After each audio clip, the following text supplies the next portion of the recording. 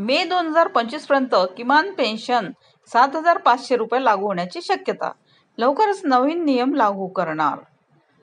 तर कोणते नियम आहेत ते पाहूया.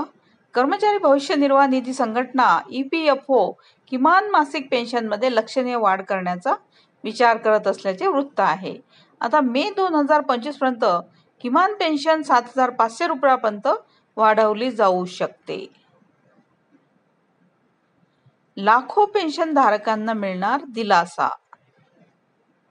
तसेच EPFO योजनेअंतर्गत सध्याचे किमान मासिक पेन्शन फक्त 1,000 आहे. अनेक तज्ज्ञ आणि पेन्शनधारक वाढत्या राहणीमानाच्या खर्चामुळे अपुरे मानतात.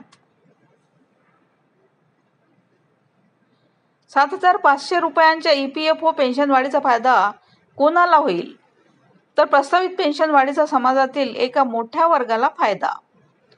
तसेच कर्मचारी पेन्शन योजनेचा भाग असलेले निवृत्त कर्मचारी, मृत EPS पेन्शनधारकांचे कुटुंबातील सदस्य, विधवा किंवा विधुर आणि अवलंबित मुले, उत्पन्नाचा दुसरा कोणताही स्रोत नसलेले ज्येष्ठ नागरिक, असंघटित क्षेत्रातील कामगारांचा EPFO अंतर्गत समावेश.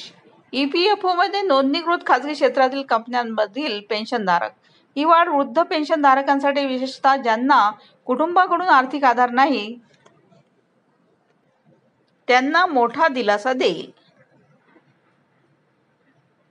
तसेच कालमर्यादा. नवीन पेन्शन नियम कधी लागू होईल? अंतिम अंमलबजावणी लक्ष्य मे 2025.